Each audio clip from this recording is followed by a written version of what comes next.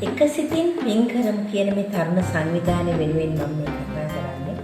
මම ආදරෙන් මගේ ආදරණීයන්ට කියන්නේ රුවන්වැලි මහා සෑයට නොවැම්බර් 22 වෙනිදා මුළු දවස පුරාම අපි පූජෝපහාර පැන් පූජාව හැම දෙයකින්ම සම්පූර්ණ වෙච්ච පූජාවක් ලකලෑස්ති කරනවා. මේ තරුණ දරුණු කැල අපිත් එකට එකතු වෙනවා.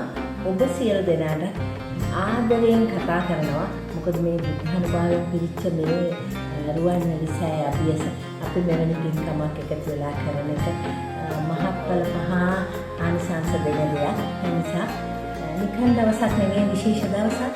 ඒ නිසා ඔබ සැමටම ආරාධනා කරන බොහොම ආදරෙන් අපිත් එක්ක එකතු වෙන්න මේ පූජෝපහාර උත්සවයට. බොහොම පිං. වන්දනා කරම්